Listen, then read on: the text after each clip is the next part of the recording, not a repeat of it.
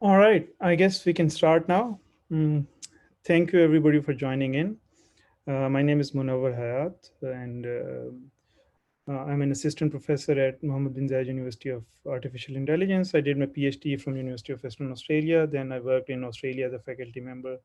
I also worked for IBM Research in Melbourne for some times, and then Inception Institute of Artificial Intelligence here in Abu Dhabi. So my research interests are in computer vision and machine learning at intersection of computer vision and machine learning and deep learning. Um, so today's webinar is going to be on kind of history of AI.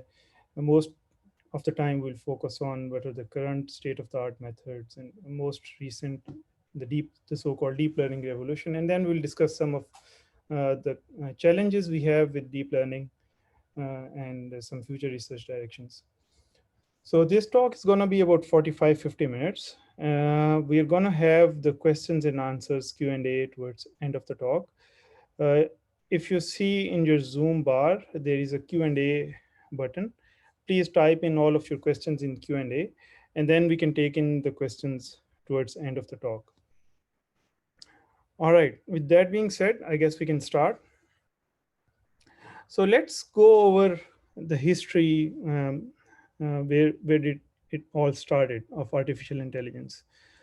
So two undergrad students, Marvin Minsky and Dean Edmonds at Harvard, back in 1950, built the first neural network computer. It was it was called Snarl, and it has 3,000 vacuum tubes and a surplus autopilot from a B-24 bomber, and it could only simulate 40 neurons. So later, Minsky moved to Princeton and he kept on studying universal computation in neural networks. Princeton was home to another legendary figure in AI. His name was John McCarthy. This guy in here. Uh, let me. Okay. So here's Minsky, and this guy in here is John McCarthy. So after receiving his PhD in 1951 and working for 2 years as a lecturer, McCarthy moved to Stanford and then to Dartmouth. It was in Dartmouth in 1956 that McCarthy invited 10 different computer scientists, famous ones of his time, for a 2 months workshop at Dartmouth. And his idea was that people will come together, different minds will come together, and they'll explore different directions in neural networks and in how to model human brain and so on. So McCarthy had huge expectations from this workshop, but nothing as such concrete came out of it except for the term artificial intelligence. It was born and it was introduced first time here at Dartmouth workshop. But the two notable people who really stole the show, they were these scientists, Newell and Simon from Georgia Tech, uh, who introduced something called the logic theorist. And logic theorists basically could prove theorems, mathematical theorems, based upon a set of rules, which were kind of hard encoded. They surprised everyone, and they were quite impressive. Later on, after the workshop, these 10 people they moved to different places in MIT, in Stanford, in CMU, and at IBM. And the people who were working under them, they kept working and exploring the ideas that were discussed during the workshop. And there was lots of enthusiasm by looking at how could logic theorists perform and so on. Uh, so these guys who proposed logic theorist, there was a follow-up work which was called general purpose solver, GPS, and then geometry theorem prover, which could prove tough theorems in geometry. Uh, there was also a computer program which was written to play draft or checkers game back then, and it was quite impressive. It took us some years to beat human on the drafts. So we can see that there was a lot going on, and there was lots of enthusiasm in from 1950s till till start early 1970s. But there was all these programs, the so-called artificial intelligence programs, they limited in their capacity to learn any meaningful information. For example, people made predictions that we are going to beat computers are going to beat humans in chess. The prediction came true, but it took us 40 years in 1990s to do that job. Also, there were some early machine translation tasks which were based upon simple syntactic transformations and grammar rules, uh, but they really failed. For example, there was this famous line: "The spirit is willing, but the flesh is weak." When it was translated in another language, the translation was: "The vodka is good, but the meat is rotten." So it really doesn't carry any meaning or any sense of the sentence, the original sentence to be translated. So even though there was lots of funding in those initial years that came in from the government was quite disappointed by looking at the translation works. So there was this in the UK Parliament, there was this report by Sir James Lighthill. And in the report, James Lighthill highlighted that there's really a combinatorial explosion problem with the current AI models. And he explained to the members of parliament that if we go along the same line of thought, we might not be able to achieve anything significant. Also, there was a book written by Minsky uh, and called Perceptron, and Minsky admitted that the perceptron, it cannot really represent anything meaningful. So that was kind of a setback back then. And then later on, people started building knowledge-based systems in 1970s. So literally every big US corporation had an AI group which built these systems, which were called expert systems. They incorporated expert knowledge, and you could ask different questions and these systems could answer them. uh, they had, however, their problems. For example, if you asked a question on which the expert system was never trained on, the system would easily break. So the failure of that led to the so-called second AI winter. But till this point, as a field of research, AI was being treated in isolation from other scientific disciplines. So we started to build a common consensus in 1980s, in late 1980s, and community started to link machine learning with other scientific disciplines. For example, machine learning with information theory, uncertainty reasoning with stochastic modeling, search optimization, search with optimization, and so on. So this was a very brief overview of the history of how AI, the term AI, was born and what were different systems in place. And if we look at the history of different times when machines have beaten humans in different tasks, we see that the first such an incident happened in 1980s when machine beat the human champion in a game called Othello. Then in checkers, the game drafts, Arthur Samuels, he built a series of programs, and in 1995 machines were able to beat humans in checkers. This is what's mostly known to many people. In 1997, IBM's Deep Blue was able to beat the chess champion Gary Kasparov. And then more lately, there has been lots of events, especially this the game of Go, the picture shown in here, which is considered an incredibly complex game, a system built by DeepMind, was able to beat the human champion by 4-1. And then this system was called AlphaGo, and this system was refined over and over. And a new version of the system, AlphaGo Zero, was able to beat its original version, AlphaGo, which has beaten human by a score as big as 100-0. So this was considered a huge achievement by machine, considering the sheer complexity of this game, the game of Go. And then we see that there is a lot which lots of concentration of these works in recent years. We see that there are methods developed for skin cancer classification which could do better than a group of radiologists, and we and so on. So we have seen a lot of progress in these recent years compared with the earlier years. And this progress has really been to something which is called the deep learning revolution. So I think it's worth spending some time in understanding and in going through uh, how this deep learning revolution happened.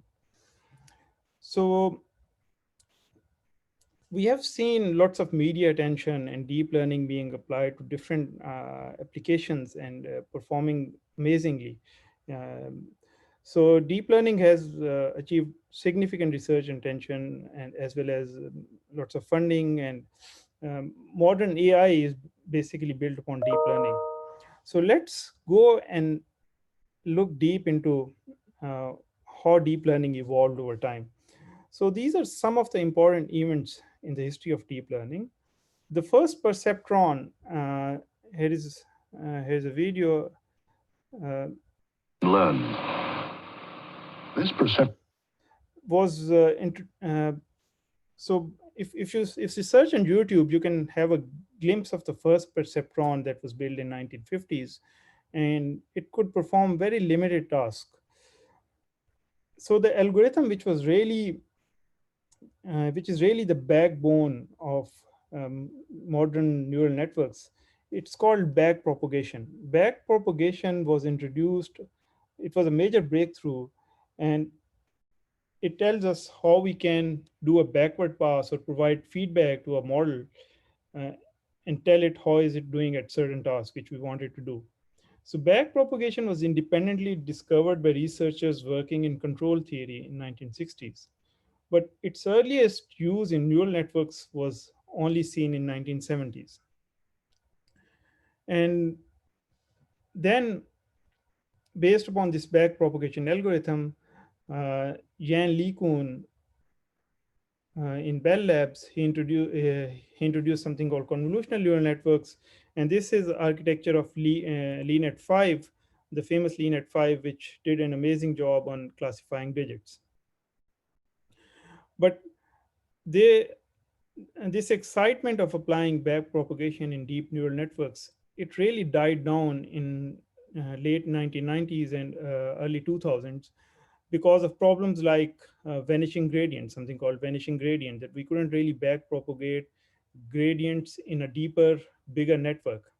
And also, for example, convolutional neural networks, because they operate on images, if the size of the image become huge, it would become infeasible or not manageable to manage the workload on a machine back then. So in 1990s and in early 2000s, deep learning, neural networks based machine learning, it was not that popular. Back then, it was something called support vector machines, which remained quite popular. And we see it being used in different applications. So the term deep learning, it was first introduced by um, this guy, Geoffrey Hinton, and his lab in University of Toronto in a science paper in 2006. He trained something called a restricted Boltzmann machine, which was a layer-wise pre-training scheme to train a larger, deeper network. So this is where the term deep learning was introduced.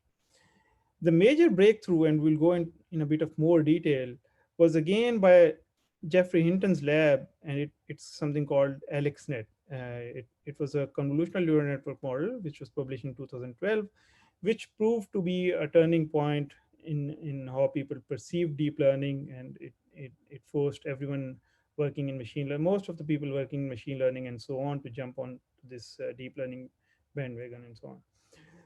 So, and then beyond this point, there has been significant work and significant achievements by deep learning models, and we're going to see them in a moment.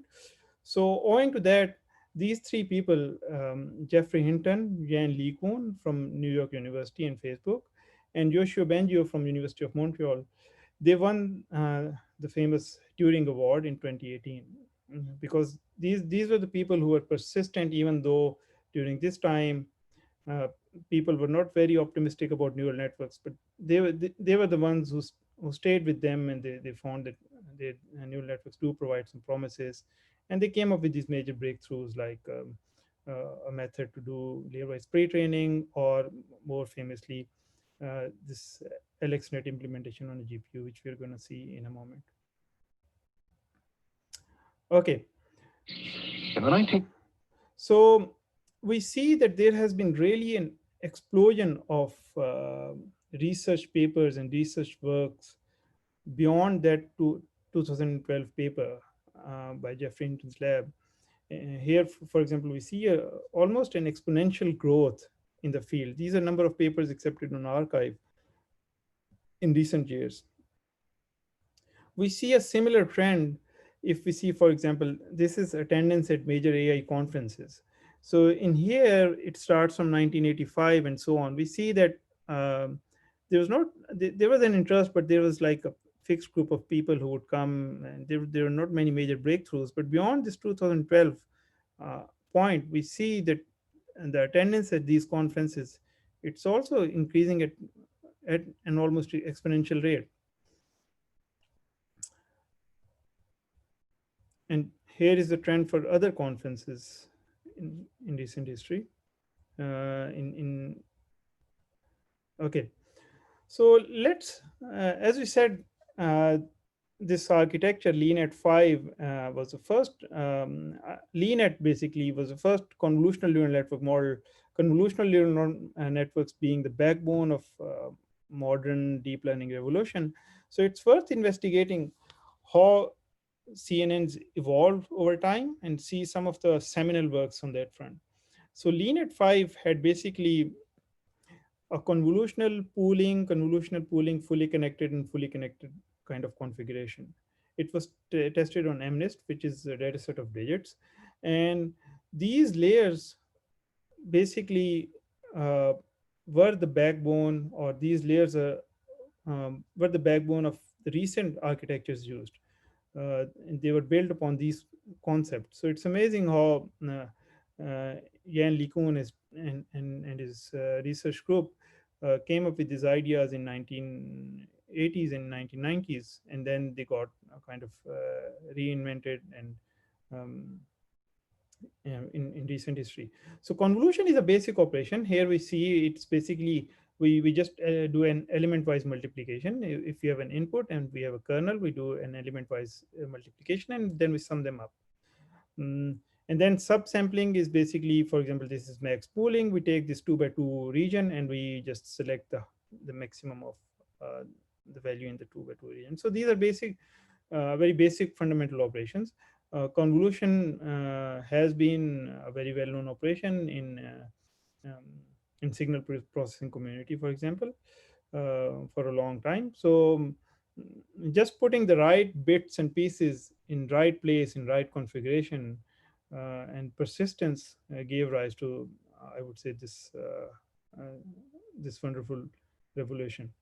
Okay, so this is the more famous uh, AlexNet, which was invented in Jeffrey Hinton's lab in 2012, which was a turning point.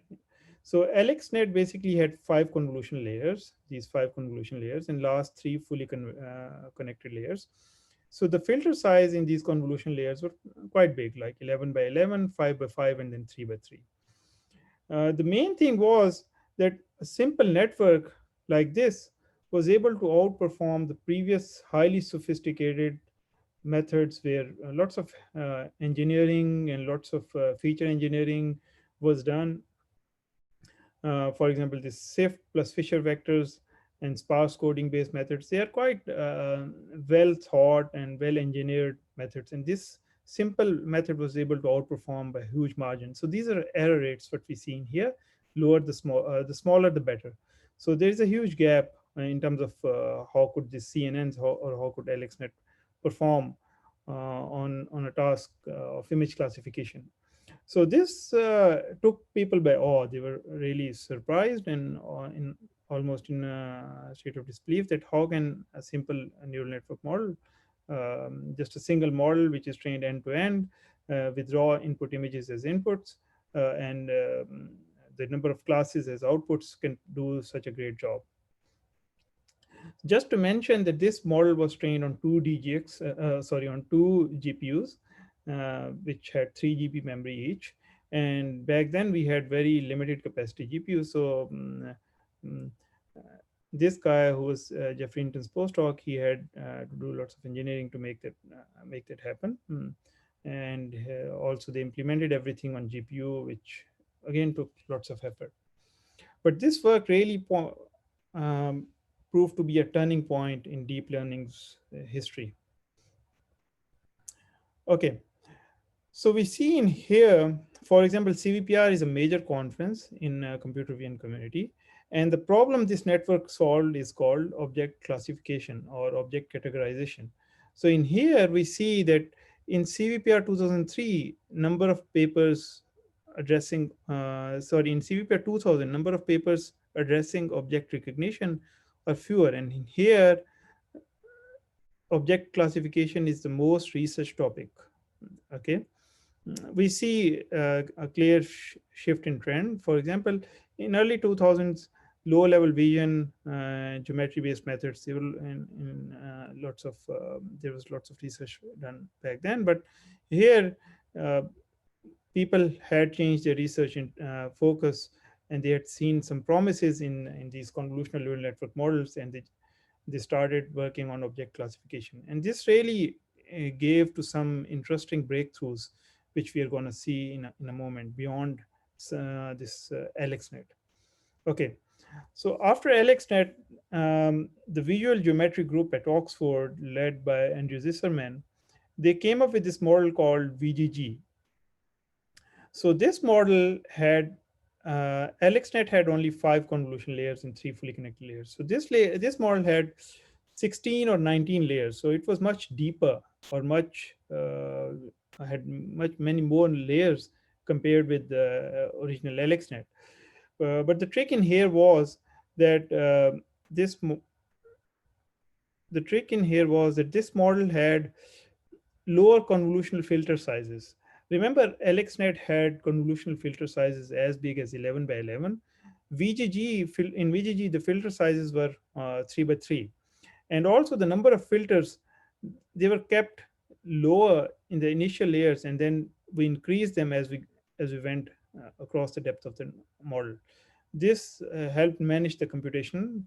And so VGG again proved to be a very significant work, and it so people saw some promise that okay, AlexNet had only 5 layers, and then we have VGG, which had 5 convolution layers in here. Okay, and then we see VGG, which has 16 or 19 layers. So people saw that more depth uh, would mean that convolutional neural network can learn to represent data in a better way. So they saw some promise, but we could really not go beyond that at that point in time. So uh, Kaming He, working at Microsoft Research in Asia, he came up with this with this model called residual network. So basically, he tried to make a network deeper and deeper beyond those 16 or 19 layers we have saw, and he came up with techniques so the training of such a deep network becomes possible. So the technique was very simple. It's something called residual block or residual connection. So basically what happens is, consider this as an input, okay, and this is an output. So our aim is that the output should be same as an input with just a tiny bit of residual added, okay, and that tiny bit of residual comes from these layers. Okay, so in the worst case, if the network doesn't learn anything, at least this x should be propagated further. So this residual connection, okay, this residual connection proved instrumental in implementing a deeper model. There were some other concepts introduced as well. For example, batch normalization, where the output of a layer is normalized first by zero mean and one standard deviation, and then we take this mean and standard deviation to an other range, which is learned automatically. So also, we are periodically doubling the number of filters and doing down sampling by two. Another major important notable thing about ResNet was that instead of fully connected layers, which were very compute intensive, ResNet had something called a global average pooling, or a global pooling layer. Okay, so essentially there is no fully connected. There's just one fully connected layer, the last layer in ResNet. So this helped manage the compute load, because fully connected layers are quite parameter heavy. So ResNet basically took number of by using these residual connections and batch normalization and average pooling, these concepts, we were able to push the total number of layers or depth of network from 16 or 19. There were some earlier works by Google as well, InceptionNet and so on, but we were able to push the number of layers to as high as 150, for example. Okay, and ResNet proved give really good performance. So if you see in here, for example, there is this ImageNet ILSVRC, ImageNet Large Scale Visual Recognition Challenge, which was held every year till 2017. And if you see in here, for example, this is where AlexNet came in. Okay, before AlexNet, for example, we had 28.2 error rate, then 25. So there is an incremental drop, like 2.5% in here.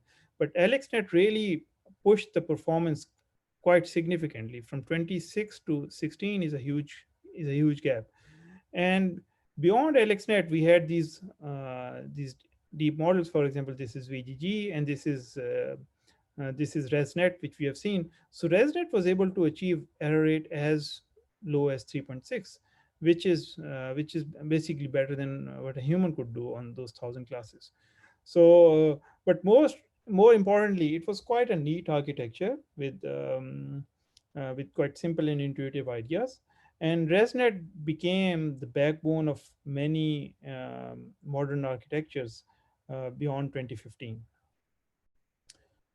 Okay, so here we have those performances in terms of classification accuracy. So higher the better.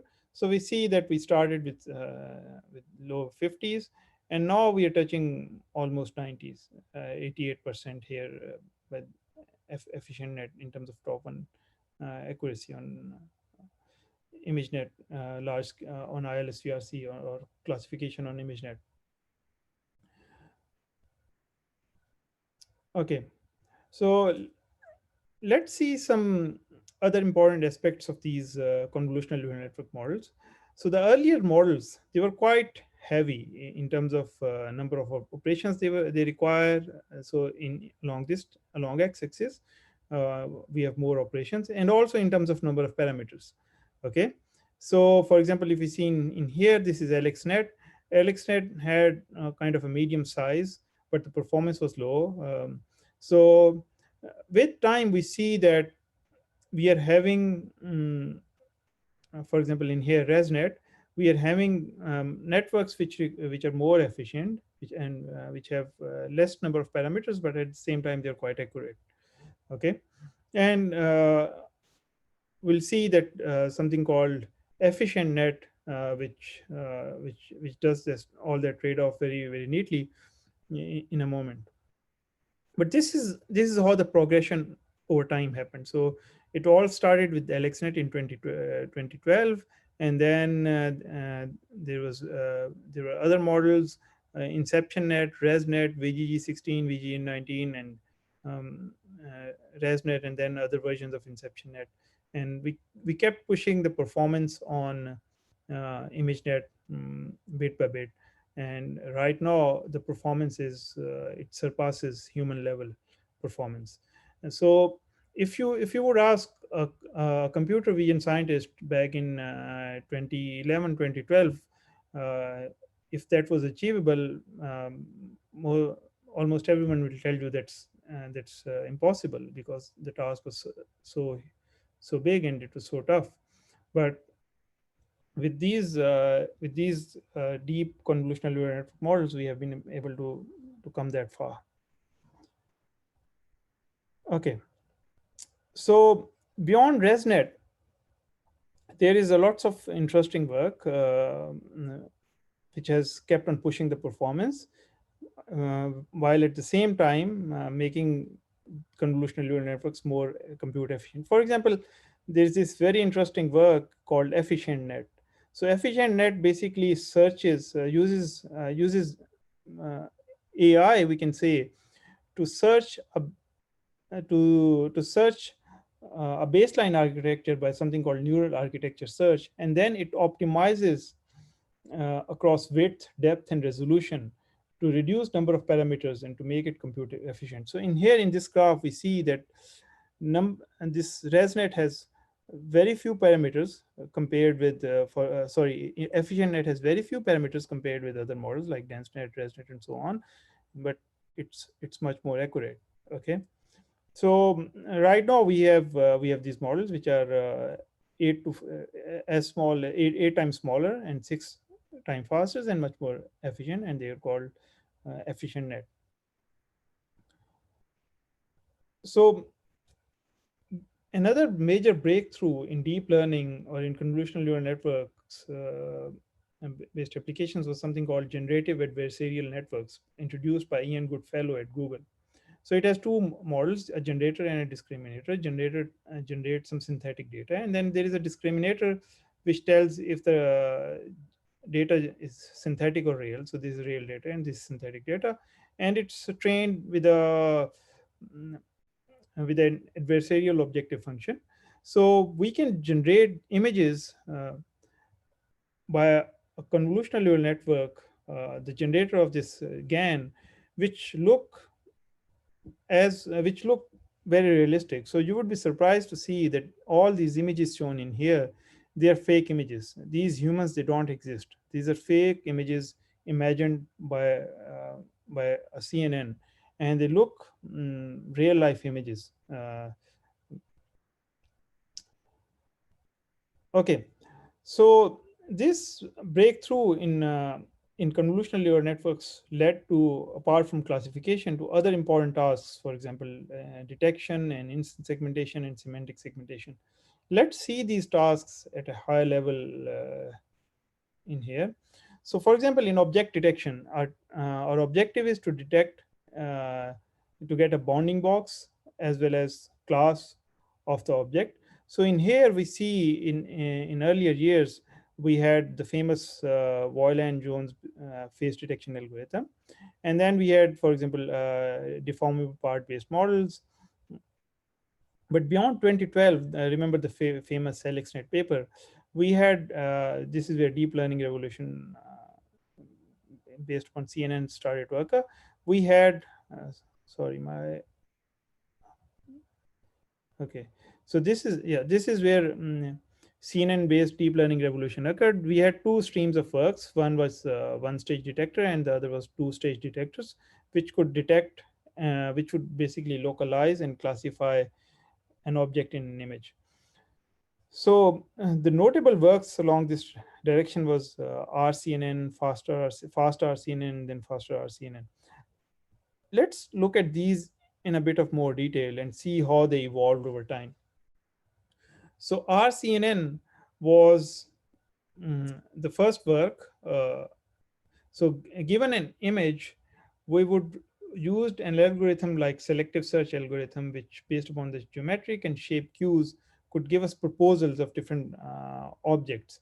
And we'll pass all these proposals to a convet followed by an SVM, and then we will get a score.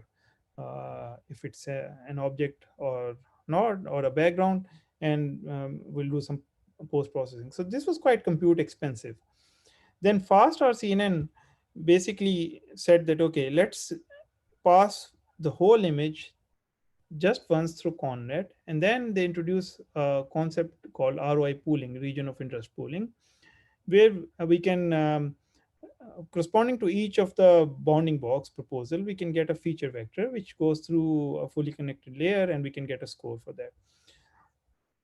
But again, we had to get these proposals through another algorithm, which was not part of the model. So faster RCNN, basically they said that, okay, let's get the proposals as part of the model, a single unified model. So they came up with an end-to-end model which could simultaneously get bounding box proposals and also get them classified. So if we see in here, RCNN, for example, the test time was 49, and then faster RCNN is, it was zero point 0.2 seconds. So this was a huge jump, and it didn't happen overnight. It happened after lots of time, and lots of evolution over time. Okay, so here we see improvements in object detection. So this is before deep learning models. We see that in here, especially during this time, 2009 till 2012, we were seeing that the performances were starting to plateau. They were not really improving much. But with deep learning models, we see that they're going up and up on this one particular data set called Pascal VOC. And we see a kind of a similar trend in here as well. So we see that in here, the performances have gone really up after this deep learning revolution on object detection. So the most recent models on object detection, they're again, just like classification, they're becoming more accurate and more efficient. We see they have less number of parameters, and uh, and the compute time is also less. Okay, another important problem in computer vision is called instant segmentation. So a work which was built upon faster RCNN backbone, which has an extra basically branch, is called mask RCNN. So it can basically uh, both give a bounding box as well as pixel level segmentation. So let's see some of the results here of mask RCNN model. So in here, we see that the model can very accurately get us uh, bounding boxes as well as pixel level segmentation around objects. So if we see the work done before deep learning era, and we compare the results, there is a huge difference. So it's really a lots of progress in terms of, and this is an incredibly challenging task. So okay. So another major revolution which has been happening apart from computer vision is in the domain of natural language processing. So we'll go in somewhat detail of that. But if we look at the evolution of how natural language processing models evolved, the first neural language model in early 2000s, it was a simple feed-forward neural network model, and it was introduced by Yoshio Benju, the guy who also took Turing Award. And then, so basically, it was an unsupervised learning method which predicted the next word uh, uh, given the words before that in sentence. And then along the same concept, we learned some meaningful representations which were also of each word by using an unsupervised learning method. Uh, the, the famous work along that line is, one of them is Word2Vec in 2013.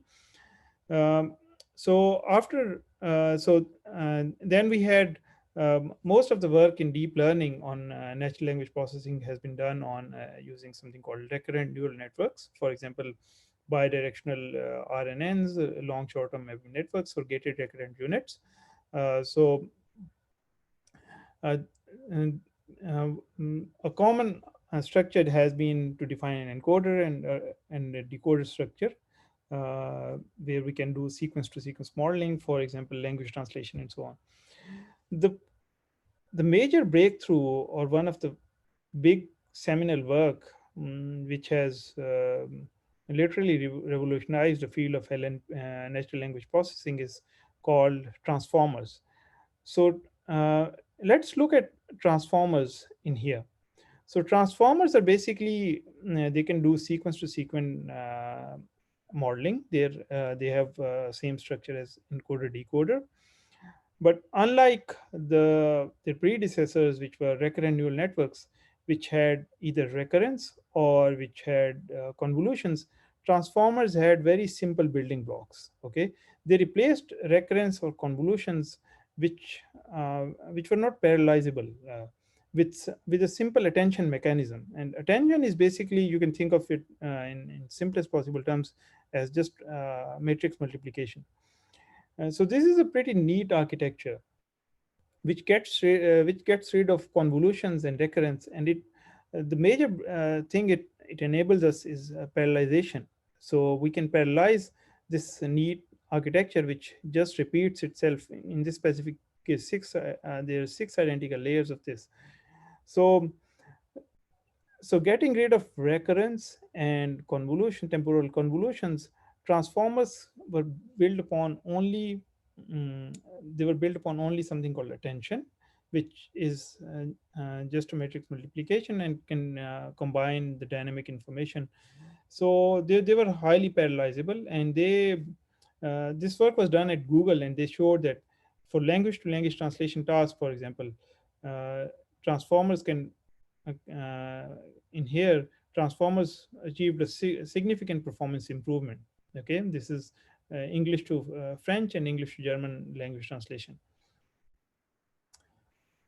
Okay, so beyond transformers, there have been lots of follow-up works, and we have seen, especially from different industrial partners in the space. The obvious reason is that industry at this point in time has much more compute resources compared with academia, and these big large language models require those compute resources. And they have been, and there are lots of demos which we can see. And they're capable of doing tasks such as mm, text generation, question answering, and so on. There's this very nice Hugging Face public domain library which we can explore, which has all these recent breakthroughs and these models available publicly. Okay, so a notable thing for transformers is that, for example, these recent models, the GPT-3, which is built upon transformers, has parameters as huge as 175 billion. So this is a very huge model, and to train this model, uh, people have approximated that and the cost to train this model GPT-3 by OpenAI is as huge as 10 million US dollar. This is a huge amount of cost. But apart from that, there's huge carbon footprint as well. So maybe we need to rethink that for kind of incremental gains. We have to invest in so much of money. So maybe this is a time, and this is a very recent model that will come up with new technology, just like for example EfficientNets, which has fewer parameters and which are cheap to train, not that expensive, and at the same time we don't compromise on the performance. Okay, so as we said that in the domain of NLP, there has been huge progress being made. For example, uh, there is this benchmark called GLUE, which is a multitask benchmark to analyze different NLP tasks, and the deep learning models have already built, and the deep learning models which use transformers and are built upon transformers have already beaten human uh, in recent years. So we are almost there to beat humans on superglue, which is the sibling of glue and a bit harder than original glue. Okay. Another important task at the intersection of vision and language is called, for example, visual captioning. So, given an image, deep neural network models can do a very good job at this point in time in describing that image with a piece of text. Okay, and this could be very relevant for think of a visually impaired person, and if they want to know about their surrounding in terms of text or verbal communication, this could be very helpful. We can also do text to image synthesis, and there are different techniques, especially self-supervised learning, which has played a huge role in recent times. Okay, so I guess we are running out of time, so I'll quickly go over the next slides, which are not that technical. So another domain where we have seen huge progress is autonomous driving. So this is 2018, and we had already a huge number of companies which are interested in autonomous driving, where we want to go from human is responsible to machine is responsible. This is in California. Okay. And there are two main technologies being used. For example, Waymo, which is supported by Google, it's building its autonomous driving vehicles on lidar. And there are other a bunch of companies, more famously Tesla, which is building its autonomous driving capabilities based upon cheap vision cameras. So there are pros and cons for both. These cameras are cheap, inexpensive, but they are also not accurate. They are not their decisions are not explainable. Whereas lidar, they're expensive, but their decisions are explainable. Mm. Okay, so if you look at Waymo, for example, this is till 2018. It has already driven 10 million miles, and in 2019, I guess they drove close to 15 million miles. So we can say that Waymo has driven 25 million miles, and it's counting. So there is lots of work going on self-driving vehicles, on autonomous, and we all know how Tesla has been progressing through recent history. So it won't be an overstatement saying that we will have autonomous driving cars in near future on our roads.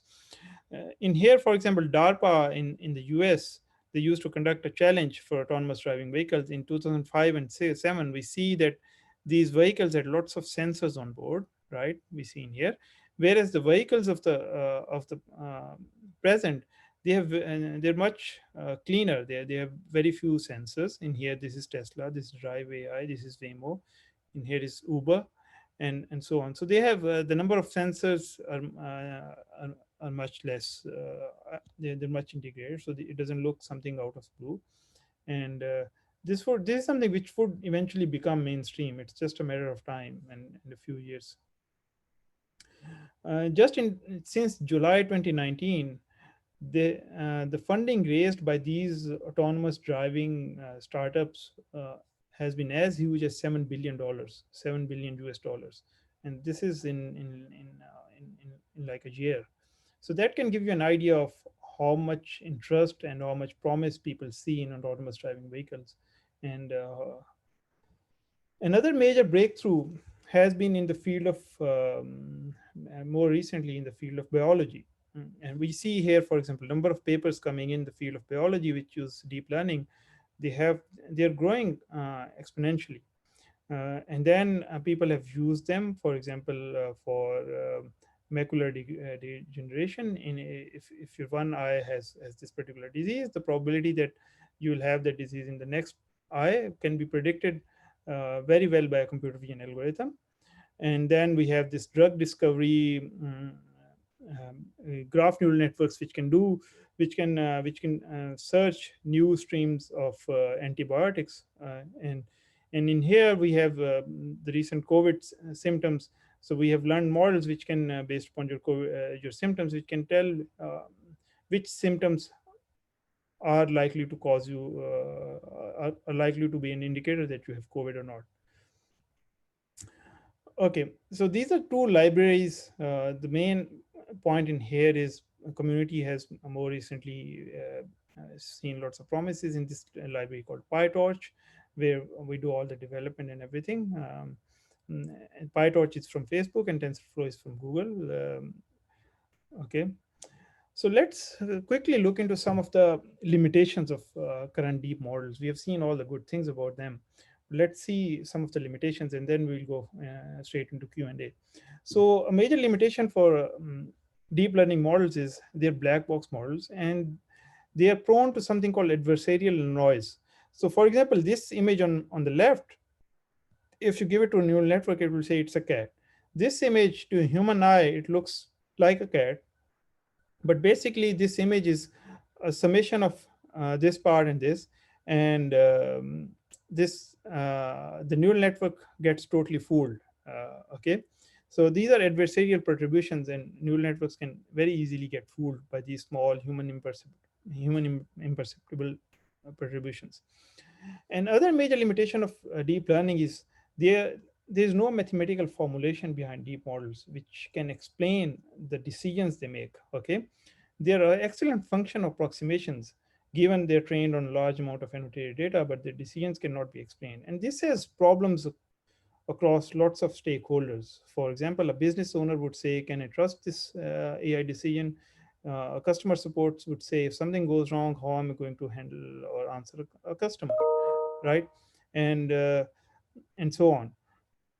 So explainability is a huge limitation of these so-called black box AI models, and there has been some work done in recent times, but we have a long way to go in making sure that the decisions which an AI model gives can be explained. If something goes wrong, a technician knows what went wrong, where it went wrong, and how it can fix. We can be answerable to, for example, in front of a jury, why the neural network or why the deep learning model has made a wrong decision. Okay, so we can hold them accountable. Another interesting phenomena in neural networks, which is kind of a mystery, is if you give them totally random data, they can still approximate, they can still overfit on that data, while their performance on unseen data uh, degrades hugely. So this kind of shows that maybe these deep models, they are kind of learning or memorizing the information. They're not really doing any learning. So we need to dig more deep into that aspect and see that they are learning meaningful representations which can be explained and which is robust to these adversarial noise and adversarial perturbations. Okay, so another limitation of most recent research is something called reproducibility. So, and I guess it's a problem with other scientific disciplines as well. So for example, only 15% of papers have open source implementations. The problem specifically comes from industry, because there's lots of presence of researchers in industry who in industry has more resources, who tend to hold their implementations, and this kind of slows down the research and their process. Okay, so here are some other challenges. So the current deep learning models, they are data hungry, meaning we need to have lots of annotated data. We need experts to get them annotated. This is expensive, and this is not a human basically learns. So we are exploring, and we need to go a long way along that line, techniques to learn from data in an unsupervised manner. Also, they're prone to bias in the data. They're compute expensive. It leads to lots of carbon footprint and impact on the climate of the planet. Um, so, um, Another promising research of direction, which is becoming very hot in recent times, is the transformers. The language models are now being adapted for computer vision domain. Notable works along that direction are Deter by Facebook, detection transformer for object detection. And another stream of research which has seen lots of interest recently is something called federated learning. Basically, we have data where we don't want to compromise privacy, okay, and but we still want to learn from the data. So federated learning basically learns from this encrypted data, and it has been very popular, and it has made lots of progress recently. All right, with that, we come towards an end of the talk. Let's go into the Q&A now. Okay.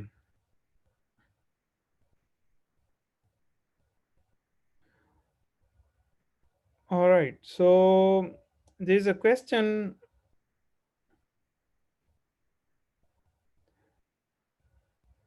which says, why don't we see YOLO in ImageNet classification comparison, or is it very similar to ResNet?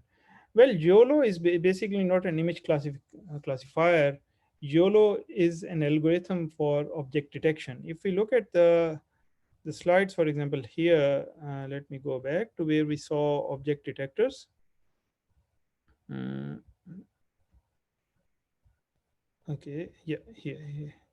Okay, so we see in here, YOLO is an object detector, meaning it can do two tasks: classification as well as bounding box detection or localization. So in here, YOLO is mentioned, and it's a one-stage detector. So it's not a object classifier, and it was built beyond the famous ResNet. Okay,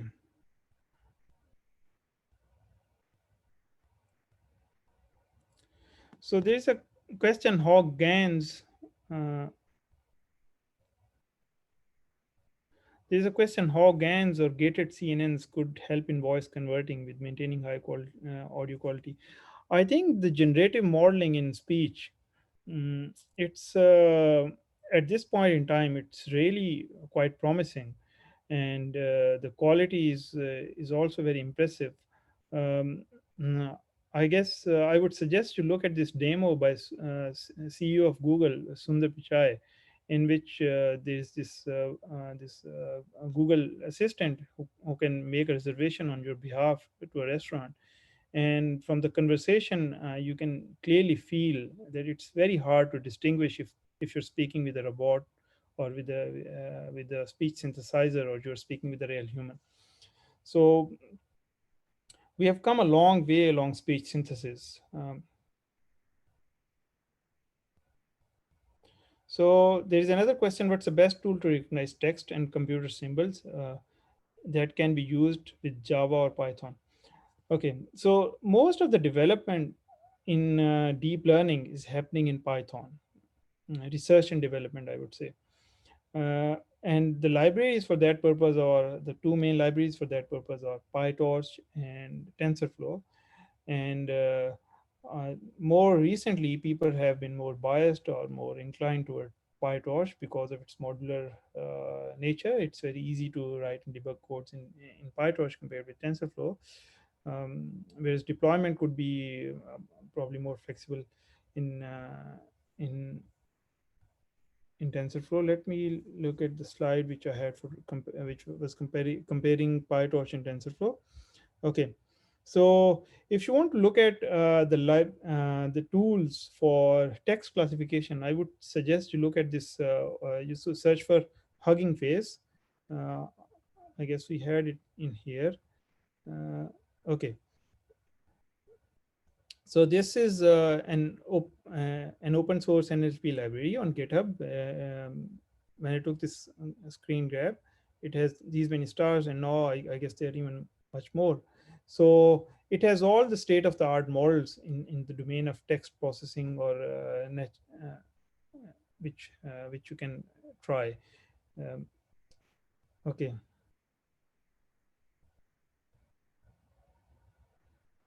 so there is a question that can transformers be used for computer vision? Yes, definitely. And this is a recent trend, and transformers basically uh, help you to have a set of data and look at the data in a global way, and use these simple attention mechanisms. So has been this work on object detection and data by Facebook AI Research, which uses transformers, and then more recently there have been other works as well, um, which use transformers for computer vision. And the community right now is predicting that in the coming year or two, transformers will gain lots of tractability, and mm, transformers would gain lots of tractability in computer vision domain. Okay, so there is this question by Faris: can federated learning help in the bias issue that we see today? Mm, Well, bias is something which is inherent to the data. I think federated learning, where it can help, is it can preserve your privacy, right?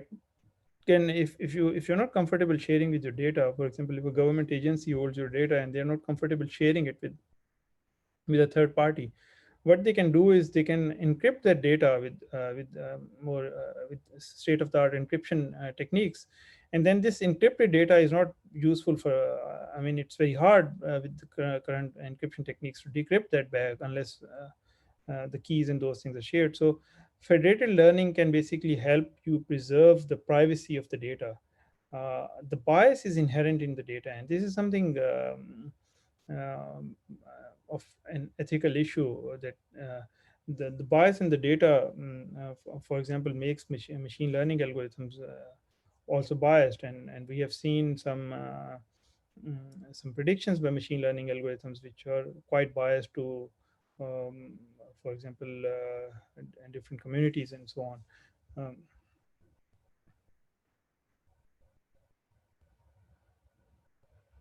okay.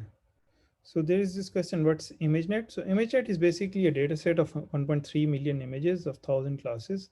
That was a subset of ImageNet, but it's used for ILSVRC, image set large scale visual recognition challenge. And this was kind of, you can think of it as a World Cup of image classification, which was a major problem in computer vision. And right now, that competition is no more held because we have already achieved impressive performance. Okay. So there is another question. What about capsule networks in computer vision? Of course, capsule networks introduced by Jeffrey Hinton were also one of the major seminal breakthroughs in this field. Um, Sorry, we didn't have much time, or we have covered some part of that. Okay.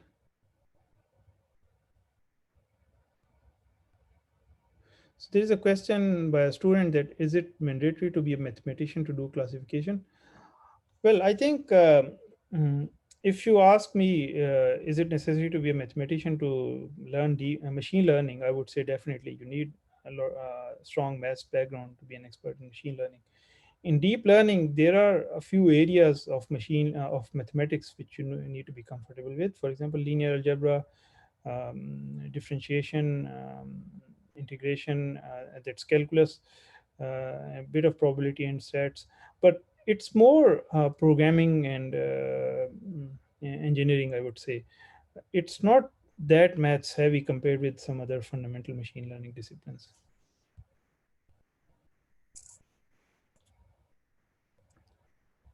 Okay. Is I think the vision systems are still rated more to machine learning. Uh, Well, the research, I would say, in the domain of deep learning, vision, and NLP, it's it has been going hand in hand. People in these different communities, they learn from each other. For example, people working in NLP, they picked a lot from the computer vision community, and then transformer was an invention in NLP community, and now people in computer vision community are learning a lot from those who are working in NLP on transformers. Okay,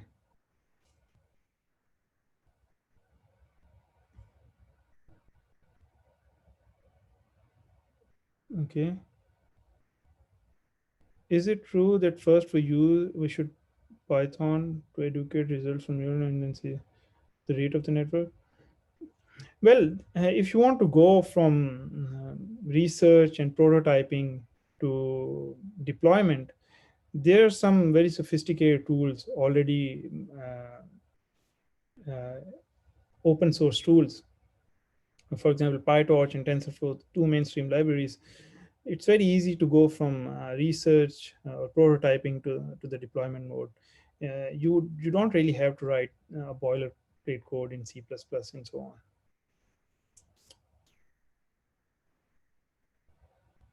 Okay, what's the best way to prevent adversarial attacks on object detection?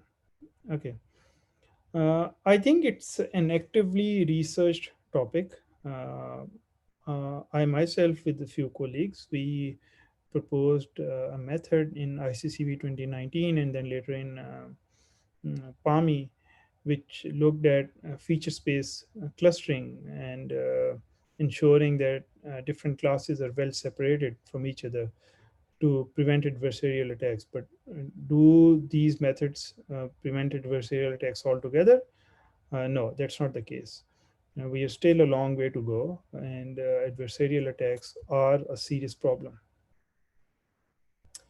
Okay, is ResNet also used as a backbone for object detection?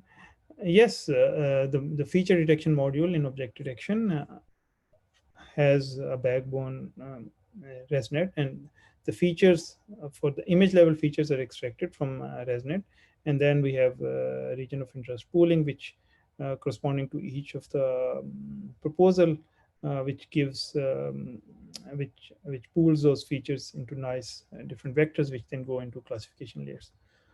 All right. I think there are quite a few other questions, but we are really running out of time. I think we can't really answer all of those. So if you have any questions, you can drop me an email. We let's finish this webinar here. Before we go, I do have a small request. So uh, after this webinar, there would be a small survey of just 6 different questions.